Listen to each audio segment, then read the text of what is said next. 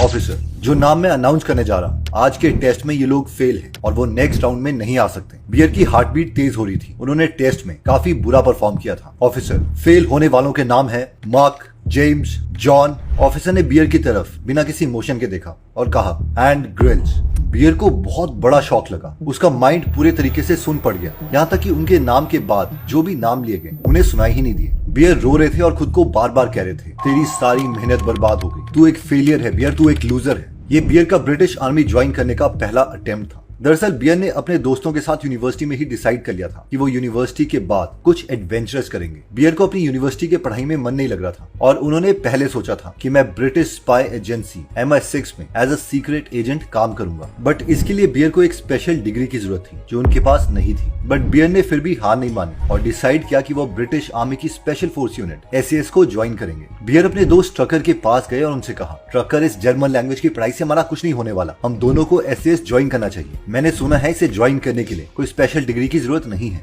Beer और trucker दोनों ने नर्वस होते हुए SAS हेडक्वार्टर को लेटर लिख दिया और अपनी सिलेक्शन ट्रायल का वेट करने लग गए। बियर अपने इस डिसीजन से इतने ज्यादा खुश थे कि उन्होंने अपनी यूनिवर्सिटी की सारी बुक्स डस्टबिन में फेंक दी और मन ही मन सोचने लगे, बियर तो अपनी जिंदगी का सबसे बड़े एडवेंचर पे जा रहा है, इसमें बहुत मजा आएगा। बट आगे जो बियर के साथ होने वाला था वो खुद बियर ने एक्सपेक्ट भी नहीं किया था।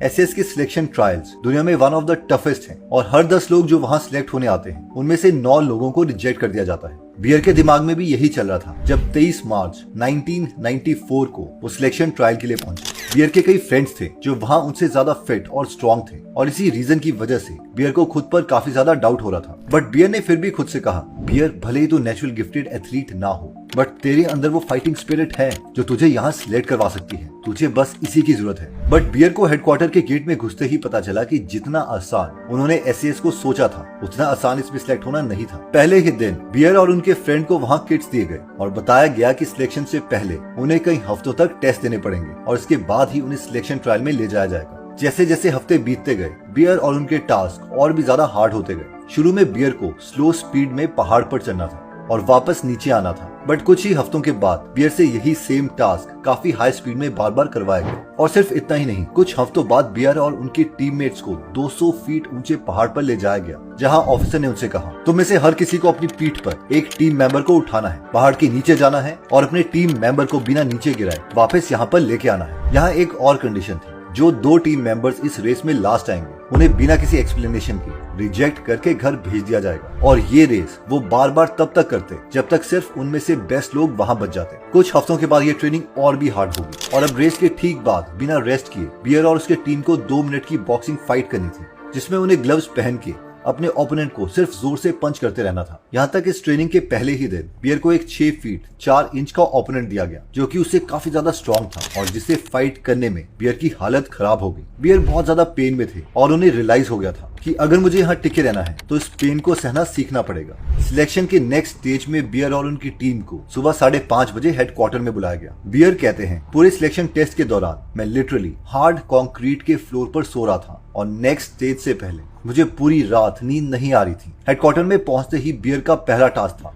सिर्फ 1 घंटे में ऑलमोस्ट 13 किलोमीटर की चढ़ाई पर चढ़ना। इसके ठीक बाद उन्हें बिना रेस्ट दिए कई सारी और एक्सरसाइज करवाई गई, इससे पहले कि वो सांस ले पाते। एक ऑफिसर ने उन सब से कहा, तुम्हारे सामने जो जंगल है इसको पूरी स्पीड से क्रॉस करो। लगातार 2 घंटे तक बियर ने किसी तरह गिरते पड़ते और इवन रेंगते हुए इस टास्क को कंप्लीट किया। बियर इतने ज्यादा टायर्ड थे कि उनके पैर सुन पड़ गए और एंड में उनके हाथों में बहुत जोर से दर्द होने लगा। बट इससे पहले कि बियर रिकवर हो पाते, उनको और उनकी टीम को एक दूसरी जगह ले जाया गया जहां पानी से भरे अंडरग्राउंड टनल्स थे जिनको ढक्कनों से ढककर रखा गया था। बियर ने इन टनल्स को ध्यान से देखा। इनकी हाइट सिर्फ 3 फीट थी और उसमें 6 इंच तक पानी भरा हुआ था। बियर सोच ही रहे थे कि इस अंधेरे टेढ़े मेढ़े टनल से मैं कैसे निकलूंगा कि तभी अचानक से किसी ने ढक्कन खोला और बियर को इस टनल के अंदर डाल दिया। और इससे पहले कि बियर कुछ कर पाते, उन्हें ऊपर ढक्कन के वापस से बंद होने की आवाज आ गई। बियर को सामने कुछ भी नहीं दिख रहा था। वो धीरे धीरे इस अंधेरे टनल में आगे रेंग रहे थे और बार बार अपने हाथ को सामने स्ट्रेच कर रहे थे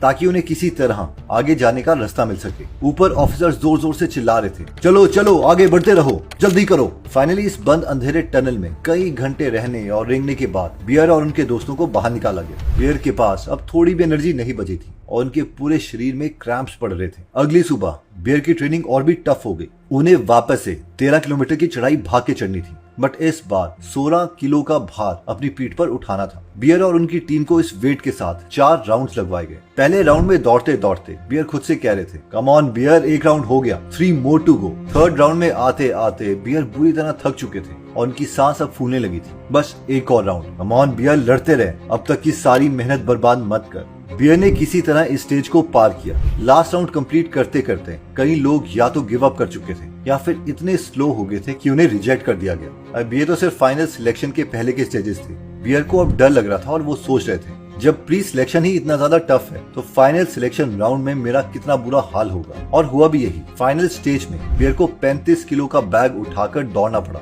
और उन्हें दिन रात आंधी तूफान हर सिचुएशन में दौड़ाया गया।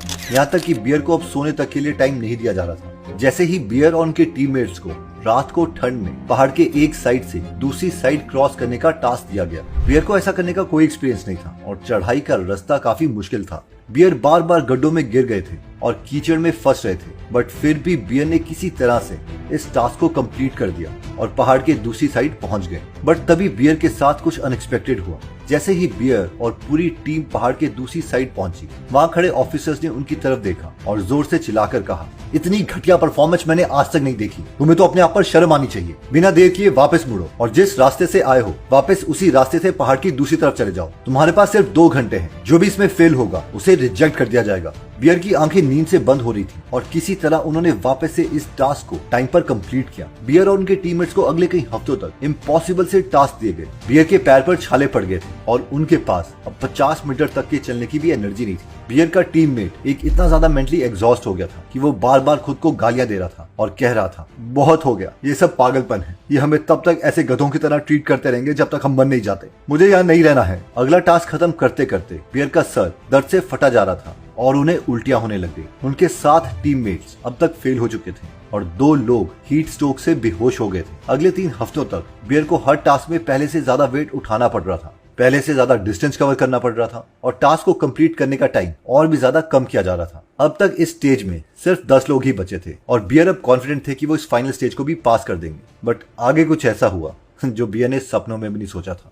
अगले टास्क में बियर को कीचड़ और झाड़ियों के भरे एक पहाड़ पर चढ़ना था और टाइम पर वापस आना था। बियर इतने ज्यादा थक गए थे कि रेस स्टार्ट होते ही वो बाकी लोगों के पीछे छूट गए। ऊपर से कुछ ही देर के बाद बियर अपना रास्ता भटक गए और कीचड़ में फंस गए, जहां उनका दौड़ना बहुत ही मुश्किल था। बियर काफी ज्यादा टाइम वेस्ट कर चुके थे और इतने ज्यादा थक गए थे कि वो बार बार लड़खड़ा रहे थे। वो बेहोश होते होते बचे। रेस के लास्ट स्टेज में बियर ने किसी तरीके से इस रेस को खत्म किया। बियर को पता था कि उन्होंने अच्छा परफॉर्म नहीं किया है और अब बियर को जिसका डर था वही हुआ। बियर को वापस उनके कैंप में भेजा गया और वहाँ एक ऑफिसर ने अनाउंस किया, बियर, तुम इस टास्क में फेल हो गए हो, तुम अब आगे नहीं जा सकते। बियर को बहुत बड़ा शॉक लगा। उनका माइंड पूरे तरीके से सुन पड़ गया। बियर रो रहे थे और खुद को बार बार कोस रहे थे, तेरी सारी मेहनत बर्बाद हो गई, तू एक फेलियर है बियर, तू एक लूजर है। बियर काफी ज्यादा डिप्रेस्ड थे और कई हफ्तों तक खुद से कहते रहे, बियर, तूने अपनी लाइफ के 4 महीने बर्बाद कर दिए और तुझे रिटर्न में कुछ भी नहीं मिला।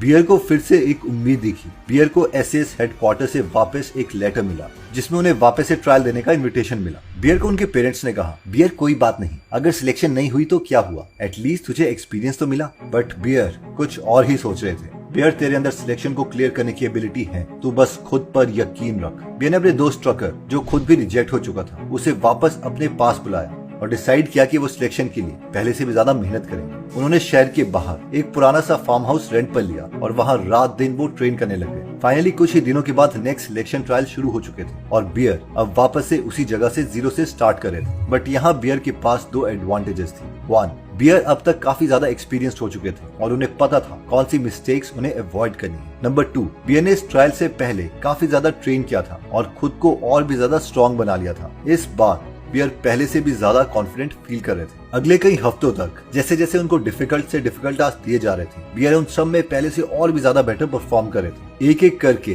बियर अपने पिछले सभी टास्क को कंप्लीट करते जा रहे थे। अब वो सिलेक्शन के लास्ट टेस्ट तक पहुंच गए थे, जिस टेस्ट का नाम था एंड्योरेंस। ये टास्क इतना ज्यादा डिफिकल्ट था कि उन्हें इसमें 50 से भी ज्यादा किलोमीटर दौड़कर 3000 फीट का एक पहाड़ चढ़ना था और रास्ते में कई बर्फ से ढकी नदियों को भी पार करना था। और इस पूरे टास्क में बियर को ऑलमोस्ट 25 किलो का बैग अपने सर पर उठाना था, जो कि ऑलमोस्ट इम्पॉसिबल था। ऊपर से बियर काफी ज्यादा नर्वस थे और डरे हुए थे। कुछ ही साल पहले इसी एंड्योरेंस टेस्ट में एक सोल्जर की थकान के चलते हुए मौत हो गई थी और यही बात बियर के माइंड में भी चल रही थी। टेस्ट के पहले बियर के पैरों में छाले पड़ गए थे और उनके हाथ पांव दर्द से फूल रहे थे। वो इतने ज्यादा कमजोर हो चुके थे कि उनसे 100 मीटर भी नहीं चला जा रहा था। बट फिर भी बियर ने खुद से कहा, बियर तुझसे किचन तक भी चला नहीं जा रहा, बट तू फिर भी इस टास्क को कंप्लीट कर सकता है। बस एक लास्ट टेस्ट और तेरा सपना पूरा हो जाएगा। टेस्ट से पहले पूरी टीम को लाइन में खड़ा किया गया और तभी पीछे से आवाज आई, बियर तुम्हारा टाइम स्टार्ट होता है, गो गो गो। रेस के शुरू होते ही बियर बर्फ के थ्रू दौड़ रहे थे और ये बर्फ इतनी ज्यादा गहरी थी